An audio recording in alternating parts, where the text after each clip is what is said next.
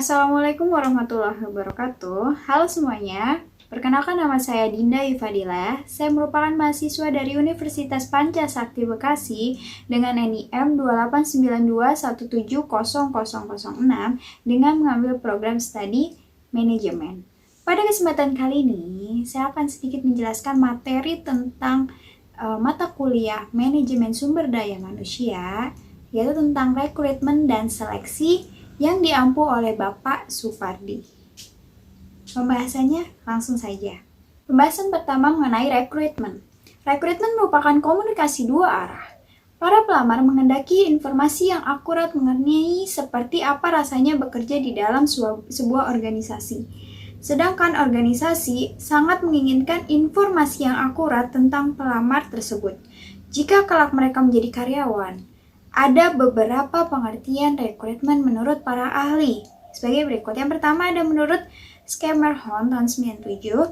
Rekrutmen adalah proses penarikan sekelompok kandidat untuk mengisi posisi yang lowong. Perekrutan yang efektif akan membawa peluang pekerjaan kepada perhatian dari orang-orang yang berkemampuan dan keterampilannya memenuhi spesifikasi pekerjaan. Lalu untuk pengertian yang lainnya, itu ada menurut Faustino Cardoso Gomez. Rekrutmen merupakan proses mencari, menemukan, dan menarik para pelamar untuk dipekerjakan dalam dan oleh suatu organisasi. Rekrutmen merupakan proses komunikasi dan dua arah. Pelamar-pelamar menghendaki informasi yang akurat mengenai seperti apakah rasanya bekerja di dalam organisasi bersangkutan. Organisasi-organisasi sangat menginginkan informasi yang akurat tentang seperti apakah pelamar-pelamar tersebut jika kelak mereka diangkat sebagai pegawai. Lalu selanjutnya, apa sih tujuan dari perekrutan tersebut? Tujuannya itu menyediakan sekumpulan calon tenaga kerja atau karyawan yang memenuhi syarat. Pertama, agar konsisten dengan strategi, wawasan, dan nilai perusahaan. Yang kedua, untuk membantu mengurangi kemungkinan keluarnya karyawan yang belum lama bekerja. Ketiga, untuk mengkoordinasikan upaya perekrutan dengan program seleksi dan pelatihan. Keempat, untuk memenuhi tanggung jawab perusahaan dalam upaya menciptakan kesempatan kerja.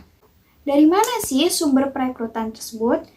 Calon tenaga kerja yang akan direkrut dapat diambil dari internal organisasi maupun eksternal organisasi. Perekrutan tenaga kerja dari dalam biasanya dilakukan oleh organisasi atau perusahaan yang telah lama berjalan dan memiliki sistem karir yang baik. Perekrutan tenaga kerja dari dalam memiliki keuntungan, di antaranya adalah tidak mahal. Promosi dari dalam dapat memelihara loyalitas dan dedikasi pegawai dan tidak diperlukan masa adaptasi yang terlalu lama, karena sudah terbiasa dengan suasana yang ada. Namun demikian, perekrutan dari dalam juga berarti terjadinya pembatasan terhadap bakat yang sebenarnya tersedia bagi organisasi dan mengurangi peluang masuknya pemikiran yang baru. Nah, berikut ini ada sumber rekrutan baik dari eksternal maupun internal. Untuk dari eksternal sendiri ada lembaga pendidikan, teman atau anggota keluarga karyawan, lamaran terdahulu yang telah masuk, agen tenaga kerja, karyawan perusahaan lain, asosiasi profesi, dan outsourcing. Untuk dari internal sendiri, itu bisa promosi, rotasi atau transfer, penghargaan karyawan kembali, dan kelompok pekerja sementara atau karyawan kontrak atau temporer. Metode perekrutan karyawan itu dengan sumber daya luar perusahaan dapat dilakukan pertama, melalui iklan di media sosial, bisa dari radio, TV, koran, atau internet. Dua, melalui iklan atau advertisi diharapkan perusahaan dapat merekrut calon tenaga kerja dengan spesifikasi tertentu dan dengan pengalaman kerja tertentu. Perekrutan melalui iklan ini biasanya disertai dengan suatu janji yang menarik. Misalnya, gaji yang besar, masa depan yang menarik, dan sebagainya. Lalu yang ketiga ada open house. Untuk menjaring lebih banyak tenaga potensial secara umum, perusahaan dapat melakukan open house di sejumlah kalangan yang diprediksikan dapat menarik calon tenaga kerja potensial, seperti di perguruan tinggi atau di event-event tertentu. Yang keempat, menyewa konsultan perekrutan. Terkadang untuk mencari dan merekrut tenaga kerja profesional, dibutuhkan konsultan yang mampu mencari tenaga tersebut. Dengan demikian, ada jaminan melalui konsultan perekrutan perusahaan tidak perlu membuang waktu untuk mencari tenaga kerja yang sesuai. Bagaimana sih proses perekrutan itu atau proses rekrutmen sendiri itu? Yaitu menyediakan sekumpulan calon tenaga kerja atau karyawan yang memenuhi syarat. Pertama, agar konsisten dengan strategi, wawasan, dan nilai perusahaan. Kedua, untuk membantu mengurangi kemungkinan keluarnya karyawan yang belum lama bekerja. Ketiga, untuk mengkoordinasikan upaya perekrutan dengan program seleksi dan pelatihan. Keempat, untuk memenuhi tanggung jawab perusahaan dalam upaya menciptakan kesempatan kerja. Lalu, setelah proses perekrutan, selanjutnya saya akan bahas tentang seleksi. Seleksi adalah usaha pertama yang dilakukan perusahaan untuk memperoleh karyawan yang kualifikasi dan kompeten yang akan menjabat serta mengerjakan semua pekerjaan pada perusahaan. Menurut para ahli atau dari Dale Yoder tahun 1981, seleksi adalah suatu proses ketika calon karyawan dibagi dua bagian yang akan diterima atau yang ditolak. Kalau menurut Malayu Hasibuan, seleksi adalah suatu kegiatan pemilihan dua penentuan pelamar yang akan diterima atau ditolak untuk menjadi karyawan perusahaan. Seleksi ini didasarkan kepada spesifikasi tertentu dari setiap perusahaan yang bersangkutan. Lalu, apa sih tujuan dari seleksi itu? Menurut Niti Semito, tahun 96, tujuan dilaksanakan proses seleksi adalah untuk mendapat the right man in the right place. Di dalam proses seleksi, perusahaan harus mendapatkan tenaga kerja yang tepat di dalam posisi yang tepat pula. Tujuannya dari seleksi itu, pertama, menjamin perusahaan memiliki karyawan yang tepat untuk suatu jabatan atau pekerjaan. Yang dua, memastikan keuntungan investasi SDM perusahaan. Yang ketiga, mengevaluasi dalam memperkerjakan dan penempatan pelamar sesuai minat. Keempat, memperlakukan pelamar secara adil dan meminimalkan diskriminasi. Yang kelima, memperkecil munculnya tindakan buruk karyawan yang seharusnya tidak diterima. Lalu, bagaimana sih metode pengadaan seleksi itu? Yang pertama ada metode non-ilmiah, yaitu seleksi yang dilaksanakan tidak didasarkan pada kriteria standar atau spesifikasi kebutuhan nyata pekerjaan, tetapi hanya didasarkan kepada perkiraan dan pengalaman saja. Seleksi ini tidak berpedoman pada uraian pekerjaan dan spesifikasi pekerjaan dari jabatan yang akan diisi. Jadi unsur-unsur yang diseleksi ini meliputi surat lamaran, ijazah terakhir, transkrip nilai, surat keterangan pekerjaan dan pengalaman, referensi atau rekomendasi dari pihak yang dipercaya, walk interview, penampilan dan keadaan fisik, keturunan dari pelamar, dan tulisan pelamar.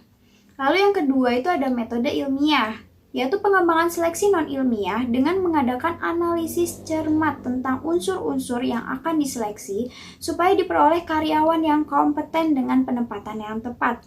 Seleksi ilmiah dilaksanakan dengan cara-cara berikut. Pertama, metode kerja yang jelas dan sistematis. Kedua, berorientasi kepada prestasi kerja. Ketiga, berorientasi kepada kebutuhan real karyawan. Yang keempat, berdasarkan kepada job analysis dan ilmu sosial lainnya. Kelima, berpedoman kepada undang-undang perburuhan. Selanjutnya, bagaimana sih proses seleksi itu sendiri? Terdapat 4 komponen dalam suatu proses seleksi. Yang pertama, kuantitas, jumlah tenaga kerja yang dibutuhkan.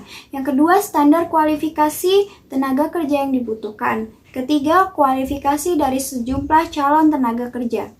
Kualifikasi yang menjadi dasar dalam seleksi itu ada keahlian, pengalaman, umur, jenis kelamin, pendidikan, keadaan fisik, tampang, bakat, temperamen, dan karakter. Kerjasama juga ada kejujuran, kedisiplinan, inisiatif, dan kreatif. Yang keempat, serangkaian alat-alat seleksi. Proses seleksi sendiri itu biasanya ada kendalanya nih. Yang pertama, tolak ukur, yaitu kesulitan untuk menentukan standar yang akan digunakan mengukur kualifikasi seleksi secara objektif.